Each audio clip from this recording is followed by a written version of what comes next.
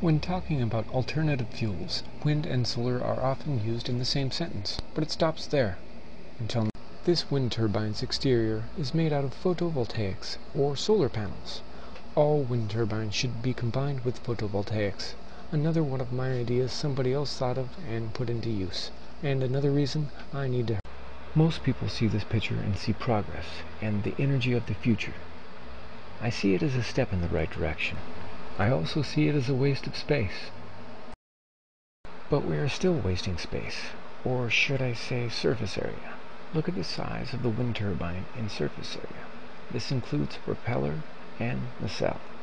Then add up the surface area of the space needed between each turbine. Now cover that entire surface area with photovoltaic materials or solar panels. Remember, all of the surface area I am talking about. This is yet another way of generating money that is a worthwhile investment. Really, the crops grown are limited to the climate of the region. This means you can only get a few harvests a year. Then fall, winter, and part of spring, the land is not even being used for crops. Thanet, the biggest greenhouse in the world. I am amazed that this huge greenhouse even exists. Although from this perspective, it looks like they're building something else the same size. Could you imagine 2 of these structures? I certainly hope so, considering this is the plan.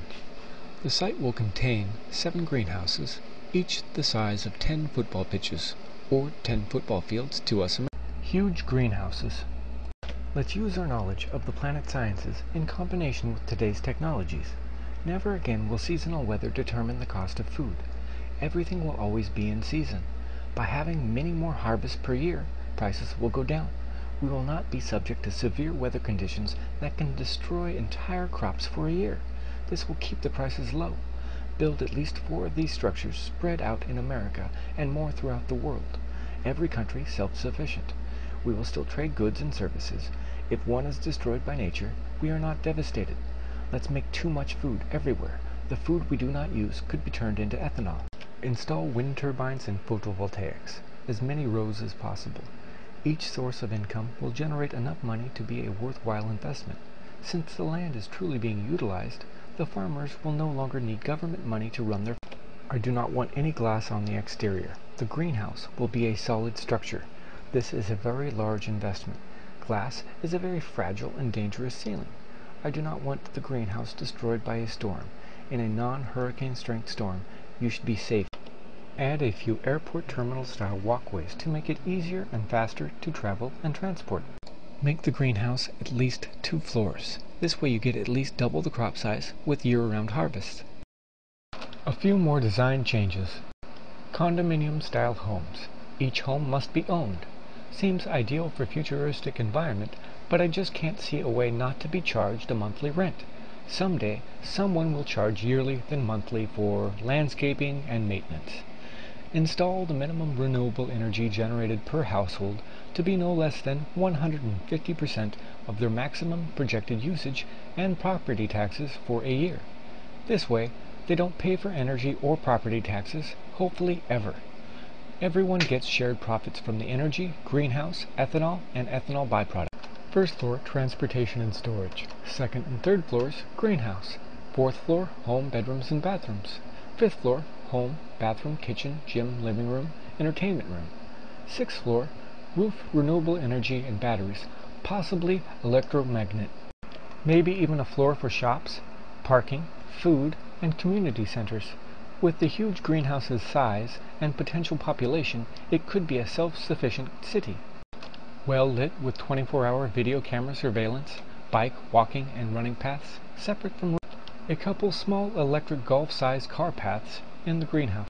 Build with the assumption of adding another level above and below by alternating floor patterns, odd, even, to increase structural integrity. Wind turbines can drop straight down or rotate into the roof depending on what is less likely to have problems and which is easier to be done manually when necessary.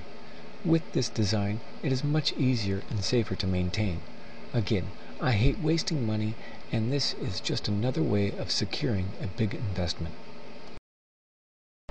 Let's treat the oceans like a large saltwater tank.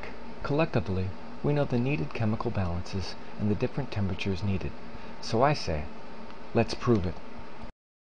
This is a topographical view of the northern hemisphere. The red arrows are warm currents, and the blue arrows are cold currents. The green and blue rectangles are suggested sites for greenhouses. I understand that some of the locations selected may be impossible to build on. I guarantee you that at least more than a few are possible. I know, why would we build greenhouses in an area that is warming ironically because of greenhouse gases? These greenhouses are also power plants. Let's use all that energy collected and focus it on achieving the optimum temperature in the water and ice. Filter the ocean, monitor, and correct the chemical balance. No pollutants released into the oceans. If we have to shield the water from chemicals used thereby shielding some of the cold produced, so be it. No pollutants. That means 0%. I do not know exactly how we will cool the water, but I do know we can turn water into ice instantly. Cool the warm currents that come from the south. These warm currents are warming water that should be colder than it already is. Cool down the cold currents that stay in the northern hemisphere. I bet we can restore some of those glaciers that have melted as well. I recommend making a few of the facilities prisons, at least until one of the forms of very fast transportation mentioned later is readily available. Not all locations can be prison facilities. Some ex-cons will choose to continue doing the same work after they have served their time. After all, we are training them to do this job to integrate back into society. We must ensure that the job we are training them for is an option outside of prison and not just for prisoners. Charles G. Hancock's. Be helpful, not hurtful. Movie and TV show. Send this to any and or all of the following people: Bill and Melinda Gates, Warren Buffett, Peter Chernin, Al Gore, Barack Obama, Bill Clinton. I cannot go public with this until I am a nonprofit and the website is capable of taking donations and selling raffle tickets.